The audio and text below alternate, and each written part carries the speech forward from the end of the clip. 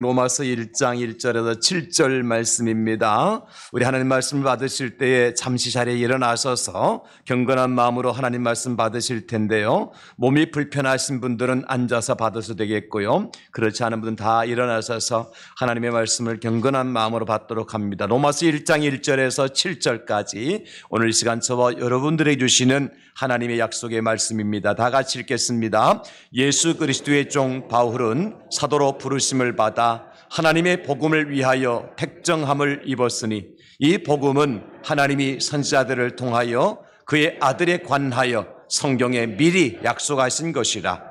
그의 아들에 관하여 말하면 육신으로는 다윗의 혈통에서 나셨고 성결의 영으로는 죽은 자들 가운데서 부활하사 능력으로 하나님의 아들로 선포되셨으니 곧 우리 주 예수 그리스도시니라.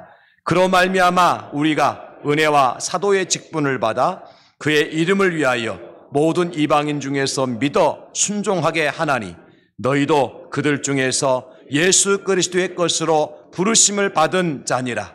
로마에서 하나님의 사랑하심을 받고 성도로 부르심을 받은 모든 자에게 하나님 우리 아버지와 주 예수 그리스도로부터 은혜와 평강이 있기를 원하노라. 아멘. 자리에 앉으시겠습니다. 함께 읽은 본문 말씀을 중심으로 부르심을 받은 대로 살라 하십니다. 이런 제목으로 잠시 말씀의 은혜를 나누려고 합니다.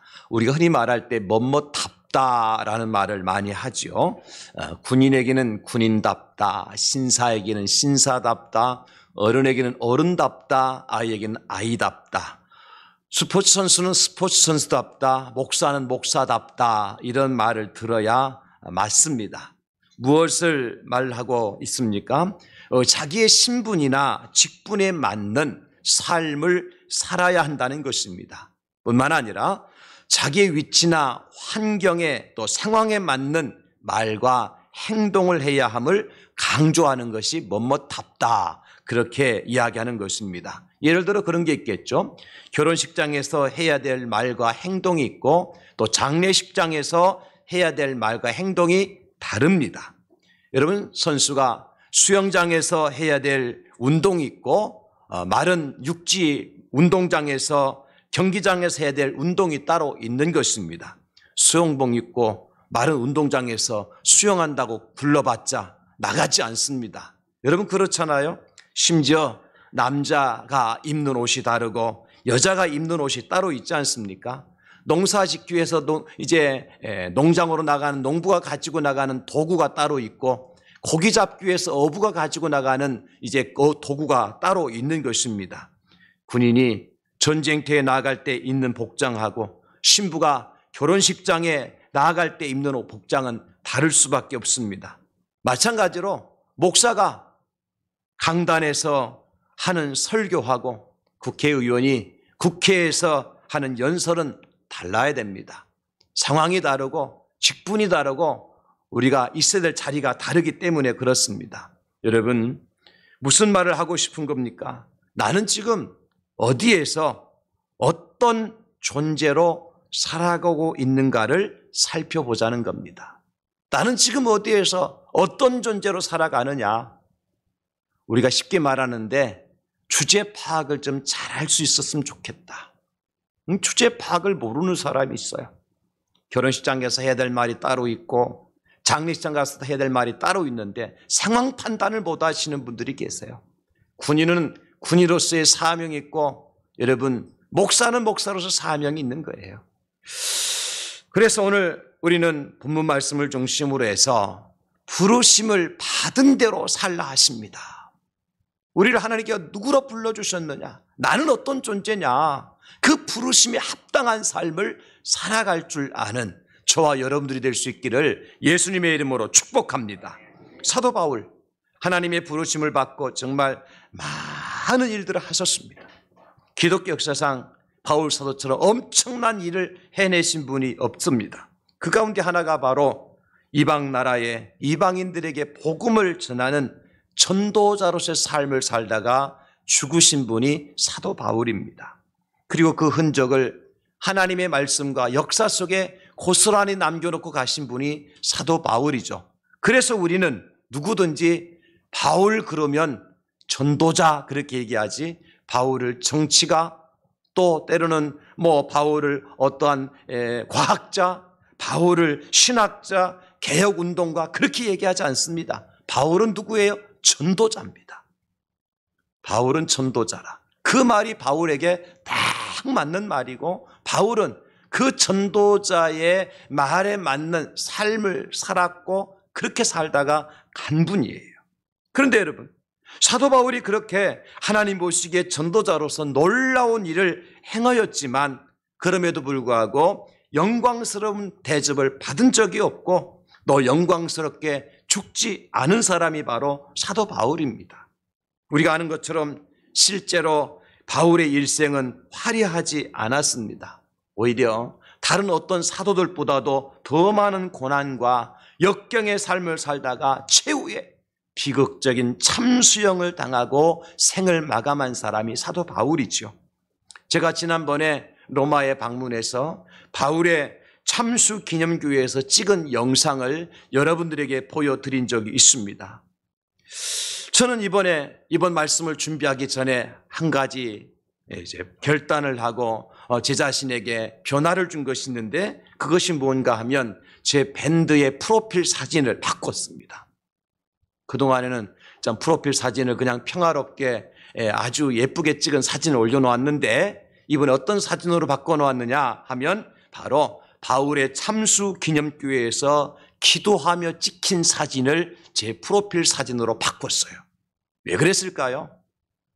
나도 바울처럼 복음을 전하다가 하나님께 내 생명을 부르실 때에 어떤 상황으로 가든지 내가 전도자로 살다가 바울처럼 이 땅에서 생을 마감했으면 좋겠다. 그런 마음으로 제가 바울의 참수 기념교회에서 기도를 했거든요. 그 마음을 다시 한번 되새겨보고자 싶어서 제 밴드 프로필 사진을 그 사진으로 바꾼 것입니다. 우리가 잘 아는 것처럼 사도 베드로는 그의 기념교회가 어디에 세워졌느냐 하면 로마 교황청 안에 세워졌어요.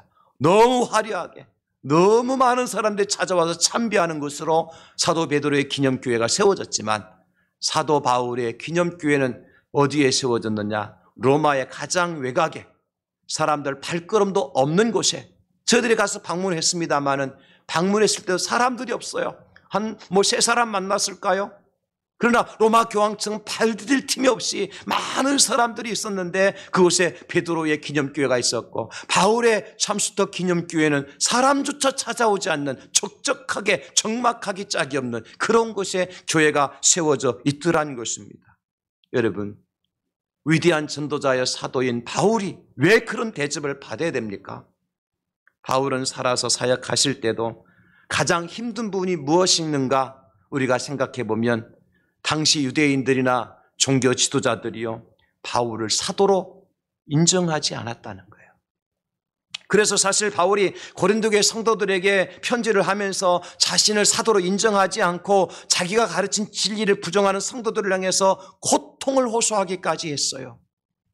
그래서 사도 바울은 서신서마다 그의 첫머리에 무엇을 밝히는가 하니까 내가 그리스도 예수의 종이다. 하나님이 나를 사도로 불러주셨다. 이 말을 서신서 머리에 꼭 기록을 해 주셔요. 이렇게 기록한 까닭은 나를 인정해달라는 것이 아니에요. 내가 누구인가를 밝히고 싶었던 거예요. 나는 예수 그리스도의 종이다. 나는 하나님께로부터 부름받은 사도였다. 그렇게 바울은 자기의 정체성을 깨닫게 되었고, 그렇게 살았고, 그렇게 살고, 그렇게 죽살다가 죽을 것이라는 고백을, 신앙 고백을 한 거예요. 나는 예수 그리스도의 종이요, 하나님께로부터 부름받은 하나님의 사도다. 나 그렇게 살 것이다. 여러분들 앞에 그런 삶을 보여줄 것이다. 그렇게 살다 죽겠다. 이것이 바울의 신앙 고백인 것입니다. 여러분, 사랑하는 성도 여러분, 여러분은 누구이십니까? 세상 사람들이 여러분들을 누구라고 불러주기를 원하십니까? 세상에서 불려질 우리의 가장 아름다운 이름이 무엇이라고 믿고 계십니까? 참으로 여러분 앞에 죄송스러운 말씀이지만 우리 목사님들끼리 해외나 어떤 여행을 가게 되어질 때에 농담으로 하는 말이 있습니다. 목사님, 이제부터 우리는 목사라고 부르지 말고 사장님 혹은 선생님이라고 부릅시다. 다 그런 것은 아니지만 요즘 많은 교회의 차량들이 교회 이름을 붙이지 않고 운행을 합니다. 과거에는 교회 차량에 이름을 붙이는 것을 아주 자랑스럽게 여긴 적도 없잖아 있었습니다. 근데 왜 지금은 자석으로 만들어가지고 붙였다 뗐다 할 수 있도록 그렇게 이제 교회 이름을 붙이고 외지를 갈 때든지 고속도로 갈 때든지 타 지역 갈 때 그 교회 이름을 떼고 운행하는 것일까요? 목적은 한 가지일 겁니다. 혹시라도 속도 위반을 하거나 혹시라도 이제 교통 위반을 했을 때에 교회차가 뭐 저래 그런 말을 듣고 싶지 않아서 그런 선한 마음에 아마 교회 표지판을 떼고서 운행을 하지 않겠습니까? 저는 그렇게 생각을 합니다. 목사님 부르면서 제대로 행동하는 것이 맞지. 사장님, 선생님 하면서 세상에 눈살을 찌푸리게 하는 것이 옳은가? 속도 위반을 하지 않고 교통 법규를 지켜가면서 교회차가 운행되는 것이 맞지. 교회 표지를 떼고서 운행하는 일이 맞는가? 한번 생각을 해보자는 것입니다. 많은 정체성을 잃어버리고 살아가요. 교회의 정체성도, 목사의 정체성도, 성도의 정체성도 잃어버리고 살아가요. 그러니까 혼란스러울 수밖에 없는 것이죠. 그럼 우리는 이렇게 좀 고백을 좀 했으면 좋겠습니다. 부르심을 받은 대로 살라 하십니다. 부르심을 받은 대로 삽시다. 부르심을 받은 대로 살겠습니다. 여러분 우리 한번 이렇게 고백할까요? 부르심을 받은 대로 살라고 하십니다. 부르심을 받은 대로 살아갑시다. 부르심을 받은 대로 살겠습니다. 할렐루야. 여러분 고백한 대로 그런 고백대로 살아가실 수 있기를 예수님의 이름으로 축원합니다. 하나님이 우리를 누구라고 불러주셨느냐? 나는 누구냐? 그 정체성에 합당한 삶을 살아가자는 것입니다. 여러분 그렇다면 사도로 부르심을 받은 예수 그리스도의 종 사도 바울이 말하는 우리 그리스도인들은 누구냐는 거죠. 여러분 누굽니까? 하나님께 여러분들을 누구라고 불러주셨나요? 오늘 본문에 보니까 두 가지로 요약할 수가 있습니다. 첫째는 모든 이방인 중에서 예수 그리스도의 것으로 부르심을 받은 자들입니다. 6절 말씀을 보시기 바랍니다. 너희도 그들 중에서 예수 그리스도의 것으로 부르심을 받은 자니라. 여기 너희는 로마교회 성도들이고 그들 가운데서 그들은 로마의 시민들 가운데서 그런 말 아니겠습니까? 로마 시민은 이방인들이죠. 유대인들이 볼 때. 그러므로 저는 이렇게 정리한 것입니다. 우리가 누구냐? 모든 이방인 중에서 예수 그리스도의 것으로 부르심을 받은 자라는 거죠. 그렇다면 여러분, 저와 여러분들을 자기의 것으로 부르신 예수님은 과연 어떤 분이냐? 먼저 이것을 먼저 살펴봤으면 좋겠어요. 오늘 보면 2절에 이렇게 말씀하고 있죠. 이 복음은 하나님의 선자를 통해서 그의 아들에 관하여 성경에 미리 약속하신 것이라. 우리는 누구의 것으로 부르심을 받았느냐? 예수님의 것으로 부르심을 받았는데 예수님이 누구냐? 바로 하나님의 아들이시라는 것입니다.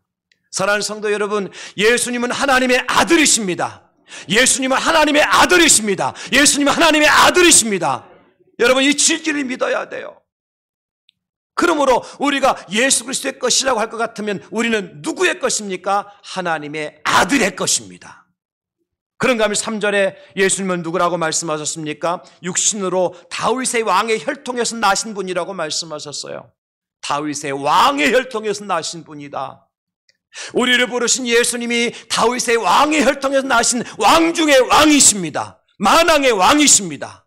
그 왕이신 예수님의 것으로 우리가 부름을 받았다는 거예요. 4절에 보면 예수님은 죽은 자들 가운데 부활하신 분이라고 말씀하셨어요. 여러분, 우리가 누구의 것으로 부르심을 받았다고요? 예수님의 것으로 부르심을 받았는데 그 예수님이 누구시라고요? 죽은 자들 가운데 부활하신 분이십니다.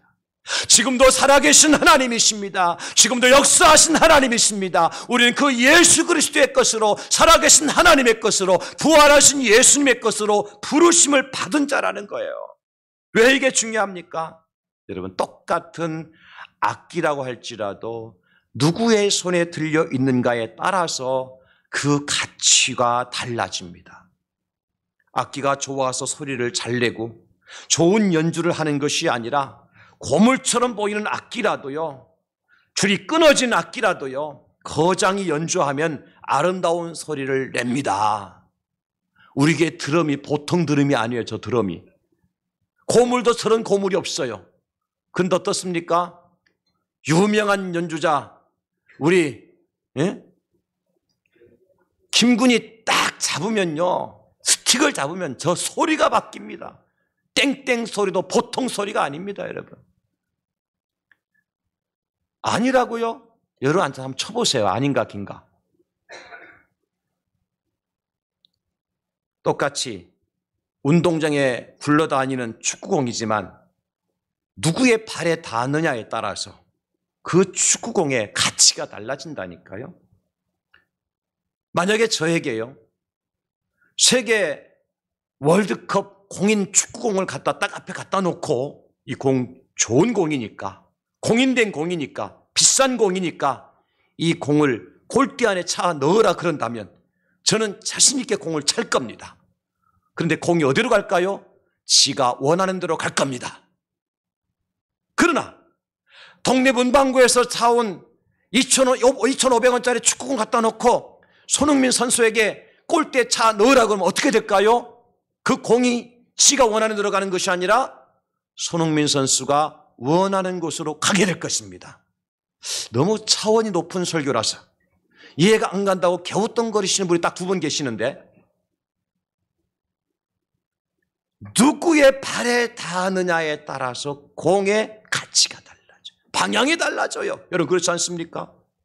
아무리 비싼 공을 갖다 놓고요, 저보고 차라 그러면요, 여러분 그 공은 공 지가 원하는 대로 간다니까요. 그러나 아무리 싸구려 공을 갖다 놓고, 심지어 바람 빠진 공을 갖다 놓고 손흥민 선수 앞에 갖다 놓고 차라 그러면 손흥민 선수가 원하는 방향으로 공이 가는 거예요. 공이 운명이 달라지는 거예요. 가치가 달라지는 거예요. 제자들이 배를 타고 갈릴리 호수를 건너가고 있었습니다. 그 배 안에는 진정한 사공이 있었습니다. 그 배의 주인이죠. 여러분, 그 배는 늘상 갈릴리 바다를 항해하면서 사람들을 실어 나르던 배였어요. 그 사공은 어떻습니까? 그 갈릴리 바다에 대해서 너무나 잘 아는 사람이에요. 바람이 불고 파도가 치면 어떻게 해야 이 위기를 극복할 수 있을런지를 너무 잘 아는 사공이었습니다. 그런데 그만 그 배에 광풍이 불어서 배가 가라앉기 직전에 있었습니다. 어떡합니까? 사공은 자기에 있는 실력과 모든 힘을, 지혜를 모아서 그 배를 안전하게 운행하려고 애써 보았습니다. 그러나 어떻게 됐어요? 모든 것이 헛수고였습니다. 배가 난파 직전에 몸을 이제 몰리게 되었어요. 그런데 그 배 밑에서 주무시던 분이 계셨어요. 누구였습니까? 예수님이 계셨습니다. 예수님은 제자들의 진정한 사공이셨습니다. 선주였어요. 예수님이 일어나셔서 바람을 명하고 파도를 명하여서 잠잠케 하셨습니다. 그리고 난파 직전에 있는 배를 안전하게 목적지까지 갈 수 있도록 해주셨어요. 누구를 주인으로 만나느냐, 누가 그 배의 선장이냐에 따라서 배의 운명과 배에 탄 사람들의 운명이 달라진다는 거예요, 여러분.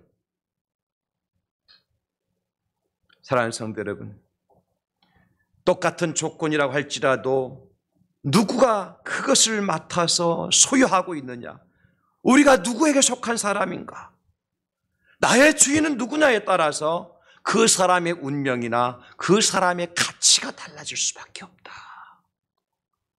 오늘 로마에 있는 교회 성도들에게 사도 바울이 증거하는 예수 그리스도는 어떤 분이시냐, 여러분들을 하나님의 것, 당신의 것으로 삼으신 예수님이 어떤 분이시냐, 나는 누구의 것이냐, 예수님의 것인데 그분이 누구라고요? 하나님의 아들이시라고 말씀하셨습니다. 그 예수님이 누구라고요? 바로 모든 죽음에서 다시 사신 부활하신 예수님이시고 만왕의 왕이시라고요.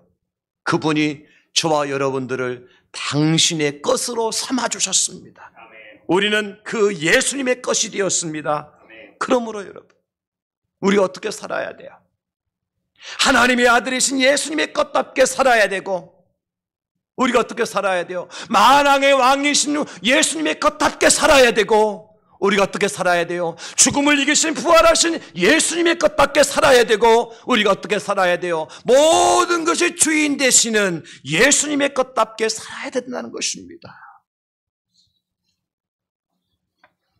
놀라운 사실은 하나님께서 우리를 예수님의 것으로 부르실 때에 모든 이방인 가운데서 불러내셨다는 것입니다. 이 말은 무슨 뜻입니까? 우리가 예수님의 것이 된 것이, 예수님 우리를 당신의 것으로 부르신 것이 우리가 어떤 부름을 받을 만한 자격이나 조건이 있어서가 아니라는 거예요. 이방인들 가운데서 예수님께서 너는 내 것이라 불러주신 거예요. 사랑하는 성도 여러분, 저와 여러분들이 예수님의 것이 되어져서 예수님의 소유가 되어져서 천국에 들어갈 수 있는 것이 나의 어떤 자격이나 조건이나 능력에 의해서 만들어진 것이 아니라는 것입니다. 그저 이방인들 가운데서 우리를 불러주셨어요. 조건이 없지만 그 과정을 제가 성경 말씀을 통해서 분명하게 확인시켜 드릴게요. 첫째는 에베소 1장 4절입니다. 곧 창세 전에 그리스도 안에서 우리를 택하사 우리로 사랑 안에서 그 앞에 거룩하고 흠이 없게 하시려고 창세 전에 우리를 택하셨다 그러셨어요. 내가 세상에 태어나기도 전에. 여러분, 근데 우리가 내가 택함을 받기 위해서 할 일이 뭐가 있어요? 할 일 있습니까? 내가 태어나기도 전에 나를 택하여 주셨는데, 여러분 이 땅에 존재하기도 전에 하나님 우리를 택하여 주셨는데 내가 할 일 아무것도 없어요. 한 일이 없어요. 그런가 하면 택하신 우리를 당신의 것으로 삼기 위해서 하나님께서 하신 일이 뭐냐? 로마서 5장 8절입니다. 우리가 아직 죄인 되었을 때에 그리스도께서 우리를 위하여 죽으심으로 하나님께서 우리에게 대한 자기의 사랑을 확증하셨느니라. 뭐 하셨어요? 우리를 위해서 죽어주심으로. 언제? 아직도 우리가 죄인 되어 있을 그때에. 이 말씀이 감동적이지 않습니까? 나 같은 죄인을 살려주실 뿐만 아니라 나를 구원하신 그 주님께서 우리가 아직 죄인 되었을 때 우리 주님이 나를 대신하여 십자가 달려 죽으심으로 말미암아 하나님의 것으로 우리를 삼으셨다는 거예요. 그러면 우리 예수님께 십자가 달려 죽으심으로 어떤 일이 벌어졌습니까? 요 에베소 2장 1절입니다. 그는 허물과 죄로 죽었던 너희를 살리셨도다. 할렐루야. 허물과 죄로 죽었던 우리가 살아나는 역사가 나타났어요. 여러분, 이 말씀을 따라서 따져보니까 그럼 이제 우리는 어떤 사람이 되었는가? 우리가 누구냐는 거죠. 고린도후서 5장 17절 우리 같이 한번 읽어볼까요? 다 같이 시작. 그런즉 누구든지 그리스도 안에 있으면 새로운 피조물이라. 이전 것은 지나갔으니 보라 새 것이 되었도다. 아멘. 우리가 누구예요? 새로운 피조물이라. 썩어가는 옛 구습을 쫓던 옛사람을 완전히 벗어버린 새로운 피조물이라. 누가요? 예수 그리스도의 것이 된 그리스도인들이. 그러므로 우리 옛사람을 자꾸 따라갈 것이 아니라 새롭게 피조물 된 백성답게 살아야 된다는 것이죠. 뿐만 아니라 로마서 8장 29절 30절에 보니까 놀라운 말씀을 해주셨어요. 하나님이 미리 하신 자들을 또한 그 아들의 형상을 본받게 하기 위하여 미리 정하셨으니 이는 그로 많은 형제 중에서 맏아들이 되게 하려 하심이니라. 또 미리 정하신 그들을 또한 부르시고 부르신 그들을 또한 의롭다 하시고 의롭다 하신 그들을 또한 영화롭게 하셨느니라. 우리를 누구로 불러주셨어요? 맏아들로 불러주셨다. 하나님 나라의 장자로 불러주셨어요. 여러분 누구예요? 여러분 누구십니까? 나는 하나님 나라의 맏아들이다. 나는 하나님 나라의 장자이다. 여러분 맏아들답게 살라는 거예요. 장자답게 좀 살라는 거예요. 장자가 뭘 중요합니까? 아버지의 유산을 먼저 물려받을 만한 자격 있는 사람 아닙니까? 하나님 나라의 장자로 우리를 삼아주시기 위해서 주님이 십자가에 죽기까지 하신 겁니다. 그런가 하면 이사야 43장 1절에 보니까 야곱아 너를 창조하신 여호와께 지금 말씀하시느니라, 이스라엘 너를 지으신 이가 말씀하시느니라, 너는 두려워하지 말라. 내가 너를 구속하였고 내가 너를 지명하여 부르나니 너는 내 것이라. 절대로 누구에게 빼앗길 수 없는 하나님의 소유된 백성이 됐다는 겁니다. 사랑하는 성도 여러분, 그럼 우리는 적어도 우리가 주님의 것이라면 어떻게 살아야 될까요? 세 가지 정도는 부정하며 살아야 되지 않겠습니까? 하나는 뭐냐면 나는 주인이 아니라는 겁니다. 예수님이 내 인생의 주인이기 때문에 나는 예수님의 종일 뿐이죠. 할렐루야. 여러분, 우리 주님이 나의 주인 되신다면 나는 주님에게 뭐가 되는 거예요? 종이 되는 거잖아요. 내가 주인 역할을 하려고 하지 마시고 예수님을 종 부리듯이 부리지 말라는 거예요. 많은 그리스도인들이 마치 예수님을 종 부리듯이 부리고 살아가요. 이건 옳지 않은 거예요. 우리는 주님의 종입니다. 바울 사도가 늘 주님의 종이라 둘러쓰라 그랬잖아요. 종은 노예입니다. 말씀드렸잖아요. 노예하고 당나귀의 차이점은 뭐라고요? 노예는 말을 할 줄 알지만 당나귀는 말을 못하는 것 밖에는 차이가 없다 그랬어요. 우리는 주님의 노예입니다. 우리는 주님의 종입니다. 내가 주인이 아닙니다, 여러분. 또 하나 부정할 것이 있어요. 내 것은 아무것도 없다. 예수님이 내 인생의 주인이라면, 인생 자체가 주님의 것이라면, 내가 소유하고 있는 모든 것들, 물질이든 명예든 권세든 그 어느 것도 내 것은 아무것도 없다.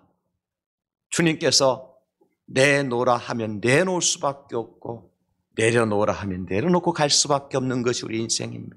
건강도 내 것이 아닙니다, 여러분. 자녀들도 내 것이 아닙니다. 죄송하지만 여러분 살고 계신 집도 여러분의 것이 아니고 여러분의 은행에 보관하고 있는 통장도 여러분의 것이 아닙니다. 하나님께서 잠시 관리하라고 우리에게 청지기의 사명을 주셨을 뿐이죠. 여러분 그렇지 않나요? 그럼 어떻게 살아야 돼요? 내 마음대로 살면 안 되죠. 이 생명도 달라시면 주님께 내어놓겠다고 찬송하면서 내 마음대로 살아야 되겠습니까? 내 생명조차도 내 마음대로 함부로 해서는 안 되는 겁니다, 여러분. 살기 싫다고 함부로 내 생명을 타치해서도 안 되는 거예요. 하나님께 물어보세요. 하나님, 나 죽어도 되겠습니까? 그 하나님께 오케이, 너 지금 당장 죽어라 그러면 죽으십시오. 그렇지 않고 기도했는데 응답이 없으면 살라고 하시는 거구나. 그래서 사는 거예요. 주인 되시는 우리 주님께서 명령하시는 대로, 우리 주님을 기뻐하시는 대로 우리 하나님을 영화롭게 해드리는 삶을 살아야 된다는 것입니다. 그야말로 바울의 고백처럼 내가 살아도 주를 위해서 살고 죽어도 주를 위해서 죽나니 그러므로 나는 사나 죽으나 주님의 것이로다. 우리가 이방인들 가운데서도 하나님의 것으로 예수님의 것으로 부름을 받은 사람들이기 때문에 그렇게 사는 거예요. 사랑하는 우리 성도님들, 나는 내 것이 아닙니다. 나는 누구의 것이에요? 주님의 것입니다. 내 인생이 내 것이 아닙니다. 어느 가수는 내 인생이 내 것이라고 노래 불렀지만 우리는 내 인생에 주님의 것이라고 노래를 불러야 됩니다. 왜? 이방인 중에서 우리를 주님의 것으로 불러주셨기 때문입니다. 우리는 주님의 소유된 백성일 뿐입니다. 우리 남은 인생이, 여생이 나는 이방인들 중에서 부름을 받은 주님의 것임을 믿고 주의 소유된 백성으로서의 삶을 주님의 것답게 살아가는 우리 성도님들 다 되실 수 있기를 예수님의 이름으로 축원합니다. 두 번째, 우린 누구냐? 하나님의 사랑으로 인하여서 성도로 부르심을 받은 자들입니다. 오늘 본문 7절에 말씀하고 있죠. 로마에서 하나님의 사랑하심을 받고 성도로 부르심을 받은 모든 자에게 하나님 우리 아버지와 주 예수 그리스도로부터 은혜와 평강이 있기를 원하노라. 여러분, 하나님의 은혜와 하나님의 평강을 누릴 자가 누굽니까? 주의 성도들입니다. 성도로 부름을 받은 자들이 하나님의 은혜와 하나님의 평강을 받을 자격 있는 자들이에요. 여기 성도라고 하는 헬러 하기오스라는 것이 무슨 뜻인가 하니까 육체적으로는 순결하고 도덕적으로는 결백하고 종교적으로는 봉헌된 사람, 곧 드려진 사람, 제물이 된 사람, 이 사람을 성도라 그러는 거예요. 다시 한번요. 여러분, 우리가 성도님 부르지만 성도 아닌 안성도에게 성도라고 부를 때가 있고 안성도인 내가 성도라고 그렇게 불려질 때가 있어요. 성도가 누구냐? 육체적으로는 어떻게 되느냐? 순결해야 돼요. 그리고 도덕적으로는 결백해야 돼요. 종교적으로는 하나님 앞에 드려진 자입니다. 봉헌된 자예요. 그를 가리켜서 하기오스, 성도라고 부르는 거. 할렐루야. 제가 우리 대한민국의 성도 여러분, 그러는 것은 여러분들이 그런 하나님의 부르심을 받은 사람이 되기를 원하는 마음으로 그렇게 불러드리는 거예요. 그리고 우리가 그 말을 들었으면 나는 성도답게 살아야죠. 육체적으로 어떻게 해요? 순결하게, 도덕적으로 결백하게, 종교적으로는 하나님 앞에 온전히 드려진 자로서의 삶을 사는 것입니다. 우리는 특별히 로마에서 성도로 부르심을 받았다. 가능할까요? 여러분, 이방인 중에 누가 육체적으로 순결하고 도덕적으로 결백하고 종교적으로 하나님께 봉헌된 사람이 누가 있을까요? 성경에 보니까요, 의인은 없나니 하나도 없다 그러셨어요. 모든 사람이 다 죄를 범하였으면 하나님 영광에 이르지 못한다고 말씀하셨고, 다 한 가지로 치우쳐 자기 길로 죄 짓는 일에 빠르게 발걸음을 옮긴다고 말씀해 주셨어요. 그러니까요, 본질적으로 보면 우리는 성도가 될 수 없는 사람들이에요. 여러분, 그렇잖아요? 다른 사람 생각하지 마시고 나를 한번 나 자신을 생각해 보십시오. 여러분, 육체적으로 결백하면 여러분 순결하십니까? 여러분, 도덕적으로 여러분 결백하십니까? 종교적으로 모든 것 하나님 앞에 온전히 봉헌된 하나님 앞에 제물로 바쳐진 사람들입니까? 그러면 성도가 맞습니다. 그런데 하나님은 그렇지 못한 우리를 뭐라고 불러주셨다는 거예요? 성도라 불러주셨다는 거예요. 내가 성도가 될 자격이 없고 조건도 없지만 그럼에도 불구하고 하나님 우리를 뭐라고 불러주셔요? 성도라 불러주셨어요. 누구 중에서? 이방인들 가운데서. 어떻게 가능한 일이냐? 조건은 하나밖에 없습니다. 하나님의 사랑 때문입니다. 그래서 오늘 본문에 무엇으로 시작하죠? 7절에 로마에서 하나님의 사랑하심을 받고라는 말이 먼저 나오는 거예요. 그렇습니다. 하나님의 사랑이 없이는 불가능한 일이지요. 그러면 하나님의 사랑은 어떤 사랑이기에 우리를 성도라고 불러주셨느냐? 그 하나님의 사랑은요, 요한복음 3장 16절에 보니까 하나님이 세상을 이처럼 사랑하사 독생자를 주셨으니 그랬어요. 독생자까지 주시는 사랑입니다. 또 하나님의 사랑 어떤 사랑이냐? 요한일서 4장 10절에 보니까 사랑은 여기 있으니 우리가 하나님을 사랑한 것이 아니요 하나님 우리를 사랑하사 우리 죄를 속하기 위하여 화목제물로 그 아들을 보내셨습니다. 아들을 화목제물로 삼아주신 사랑이에요. 로마서 5장 6절 우리가 아직 연약할 때 기약대로 그리스도께서 경건하지 않은 자를 위하여 어떻게 하셨다고요? 죽었도다. 로마서 5장 10절에 곧 우리가 원수되었을 때에 그의 아들이 죽으심으로 말미암아 화목하게 되었은즉 화목하게 된 자로서는 더욱 그의 살아나심으로 말미암아 구원을 받은 것이라. 한마디로 말해서 우리를 성도로 부르시기 위한 하나님의 사랑은 어떤 사랑입니까? 당신의 독생자를 아낌없이 내어주시고 내가 짊어지고 가야 될 그 십자가를 대신 지게 하시고 내가 제물되어서 하나님 앞에 온전히 바쳐져야 되는데 우리 예수님이 화목제물이 되어져서 하나님 앞에 온전히 바쳐진 바가 되어져서 우리를 성도라고 불러주신 것입니다. 할렐루야. 여러분, 얼마나 이것이 놀라운 사실이에요. 이 놀라운 하나님의 사랑으로 말미암아 저와 여러분들이 성도로 부르심을 받게 되었다는 사실입니다. 그 우리는 어떻게 살아야 될까요? 그러면 하나님의 사랑으로 말미암아 성도로 부르심을 받은 자라면 우리가 어떻게 살아야 될까요? 우리도 그 하나님의 사랑으로만 사는 것입니다. 어떤 사랑이라 그랬습니까? 독생자까지 아낌없이 내어주신 사랑. 십자가에 달려 죽기까지 하시되 화목제물로 하나님 앞에 온전히 제물이 되어서 올려주신 그 사랑. 저와 여러분들에게 여러분 그 사랑이 있습니까? 성경은 우리에게 말씀하십니다. 요한복음 13장 34절에 새 계명을 너희에게 주노니 서로 사랑하라. 내가 너희를 사랑한 것 같이 너희도 서로 사랑하라. 사랑하는 성도 여러분, 우리 형제를 어떻게 사랑해야 된다고요? 예수님이 여러분들을 사랑하신 것 같이입니다. 내 생각과 내 판단의 기준이 아니에요. 우리가 사랑한다는 것은 예수님 나를 사랑하신 것 같이 사랑하는 거예요. 여러분 거기에 미달돼서는 안 되는 것입니다. 왜 안 되는 줄 아세요? 요한일서 4장 20절에 누구든지 하나님을 사랑하노라 하고 그 형제를 미워하면 이는 거짓말하는 자니 보는 바 그 형제를 사랑하지 아니하는 자는 보지 못하는 바 하나님을 사랑할 수 없느니라.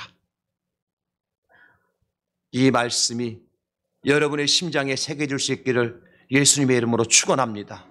여러분 세상이 뭐라고 하더라도 환경이 어떻다 할지라도 하나님의 말씀은 변할 수 없는 거예요. 진리의 말씀은 변할 수 없는 거예요. 우리가 말씀을 붙들고 가야 되는데 말씀을 생명의 양식으로 삼아야 되는데 하나님 오늘에게 이 말씀을 주시는 것입니다. 보는 바 그 형제를 사랑하지 아니하는 자는 보지 못하는 바 하나님을 사랑할 수 없느니라. 이 명절에 많은 분들 만나시겠죠. 저는 그래서 이번 추석 명절에 여러분들이 정말 뭔가를 하나 정도는 지키고 해야 되지 않겠습니까? 그게 뭐예요? 사랑하자는 겁니다. 명절에 오랜만에 만나는 형제와 자매들이 있을 것입니다. 그동안 원수처럼 여기면서 전화 한 통화 하지 못하고 지내던 그러한 관계가 있는 형제와 자매들이 있을 것입니다. 어떻게 해야 돼요? 또다시 다음 설 명절까지 기다리시렵니까 여러분? 아니잖아요.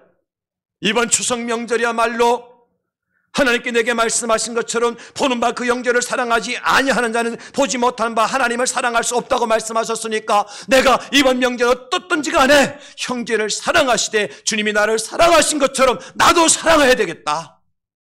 여러분 그 사랑을 실천하고 돌아오실 수 있기를 예수님의 이름으로 축복합니다. 할렐루야.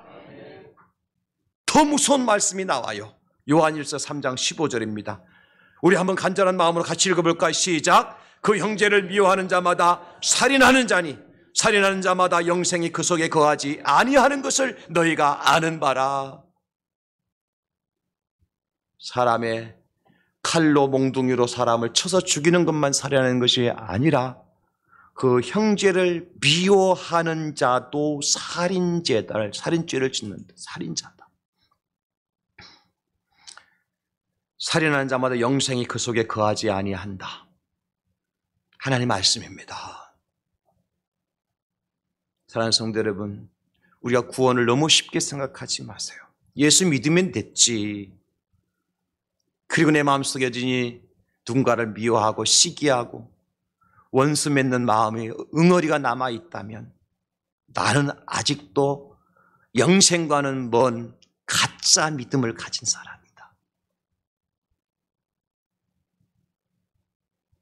하나님께서 그 말씀해 주시는 건 장 목사의 말이 아니잖아요.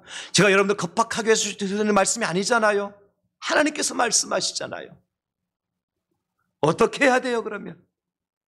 형제를 사랑해야 되겠지요. 사랑해야 되겠지요. 그 사람이 바로 하기오스요 성도라 부르심을 받은 자들인 것입니다.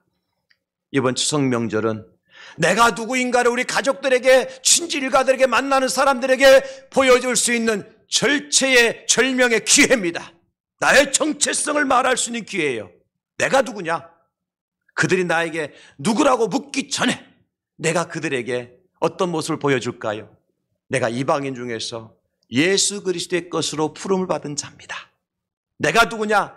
하나님의 사랑으로 말미암아 어떤 사람이 됐어요? 내가 성도가 된 사람이다. 여러분 이거 보여주고 돌아오세요.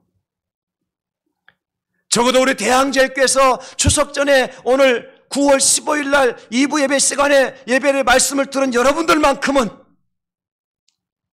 이거 한번 이번 추석 명절에 꼭 실천해 보십시다. 듣고도 행하지 않는 것은 믿음이 없는 거예요. 여러분 그렇잖아요. 목사님 저는 미워하는 사람 없는데요. 저는 원수 같은 사람 없는데요. 얼마나 천만다행입니까? 여러분 그러나 우리 마음 한구석에 어딘가 모르게 아직도 풀지 못한 엉켜진 실태와 같은 그런 부분 남아있을 거예요.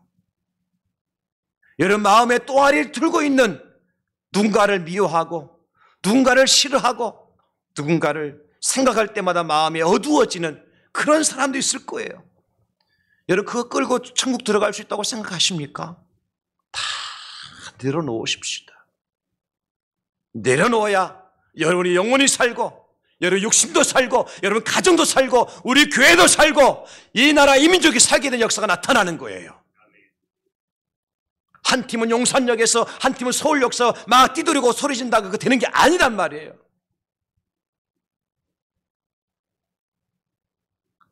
여러분 성도가 어떤 사람입니까? 육체적으로는 순결하고 도덕적으로는 결백하고 종교적으로는 봉헌된 사람입니다. 하기오스. 우리 하나님은 누구의 예배를 기쁘게 받으실까요? 성도의 예배를 기쁘게 받으십니다. 안 성도의 예배는 하나님 거절하십니다. 로마서 12장 1절 볼까요? 그러므로 형제들아 내가 하나님의 모든 자비하심 너희를 권하노니 너의 몸을 하나님이 기뻐하시는 거룩한 산제물로 드리라. 이는 너희가 드릴 영적 예배니라. 거룩한 산제물 무슨 뜻입니까? 하나님께서 받으시기에 합당한 제물이요. 거룩한 산제물 성도로서 거룩하여진 자가 드려지는 예배인 것입니다. 말씀 마무리합니다. 여러분 우리는 누굽니까? 여러분은 누구이십니까? 성경에서 말씀하신 여러분은 누구라고 말씀하십니까? 그리스도와 예수의 것으로 부르심을 받은 성도입니다. 제가 한번 물어볼게요. 여러분 답해 주시기 바랍니다. 여러분은 하나님께 여러분들을 누구라고 불러주셨습니까? 앞에 화면이 나와 있잖아. 졸다가 성도라고만 끝내지 말고 다시 한번 사도 바울을 통해서 하나님께 여러분들을 불러주시는데 우리 하나님께서 여러분들을 누구라고 불러주셨습니까? 할렐루야. 예수 그리스도의 것으로 주의 백성으로 주의 소유된 백성으로서 하나님의 성도로 부름을 받았다는 것입니다. 그런 의미에서 우리는 그 신분에 맞게 생각하고 말하고 행동할 수 있어야 됩니다. 저는 그래서 예수님 앞에 예수의 질문에 대답한 율법 교사의 말씀으로 오늘 말씀을 마무리하려고 합니다. 누가복음 10장 27절 대답하여 이르되 네 마음을 다하며 목숨을 다하며 힘을 다하며 뜻을 다하여 주 너희 하나님을 사랑하고 또한 내 이웃을 내 자신같이 사랑하라 하였나이다. 기도하겠습니다. 하나님 아버지 감사합니다.